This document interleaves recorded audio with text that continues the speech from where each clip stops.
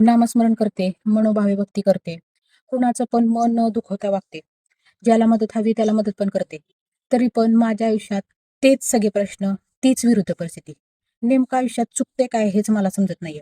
माझं केलेलं नामस्मरण, भक्ती देवापर्यंत पोहोचतीये का नाही काय माहिती. मी केलेले प्रश्न देव ऐकतोय का नाही काय माहिती. जर असे सगळे विचार तुमच्या मनात असतील ना, तर देवापर्यंत ते पोचलेत असे समजा आणि हा व्हिडिओ खास देवानेच पाठवलाय असं समजा. आता इथे एक गोष्ट लक्षात घेण्यासारखी, आपण विचारलेला प्रत्येक प्रश्न देवाकडे पोचत असतो. आपण सांगितलेली प्रत्येक अडचण देव ऐकत असतो.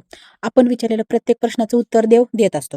ते कसं? तर व्हिडिओच्या माध्यमातून, अनोळखी व्यक्तीकडून किंवा आपल्या जवळच्या व्यक्तीकडून. पण आपल्या मनात इतका गोंधळ चालू असतो ना, ते उत्तर देवाकडून आले हे आपण ओळखूच शकत नाही. आता तुम्ही म्हणाल, इतके सारे व्हिडिओ डोळ्यासमोर येतात, इतके सारी माणसं भेटतात, आता प्रत्येकाचंच ऐकत बसल्यावर आम्हाला कसं समजणार हे उत्तर देवाकडूनच आलेलं आहे? अशी देवाकडून आलेली उत्तरं ही नेहमी अनोळखी व्यक्तीच्या थ्रू किंवा आपल्या जवळच्या व्यक्तीच्या थ्रू आलेली असतात. तसंच आपल्यासमोर एखादा व्हिडिओ येतो, रील्स येतो, त्याच्यामध्ये नेमकं आपल्या त्याच परिस्थितीबद्दल बोललं गेलेलं असतं, त्याच प्रश्नाबद्दल बोललं गेलेलं असतं. ज्यावेळी आपल्यासोबत असं घडतं ना, त्या गोष्टीबद्दल, त्या उत्तराबद्दल आपल्या मनात एक तीव्र आकर्षण निर्माण होतं. हे सर्व जे बोललं जाते ना, ते 100% माझ्यासाठीच आहे असं आपल्याला वाटू लागतं. आता तुम्ही म्हणाल, असं तर नकारात्मक गोष्टींबद्दल सुद्धा आकर्षण होतं. तर जी देवाकडून आलेली उत्तरं असतात ना, ती नेहमी सकारात्मक असतात. ती उत्तरं आपल्यामध्ये कोणत्याच प्रकारची कमतरतेची भावना येऊ देत नाहीत. आपल्याला प्रोत्साहित करतात. ज्या पण वेळी अशा मिळालेल्या उत्तराबद्दल आकर्षण निर्माण होईल ना, त्यावेळेस मनाला शांत करायचं आणि त्या उत्तरावर 100% विश्वास ठेवून करून बघू ही भूमिका घ्यायची.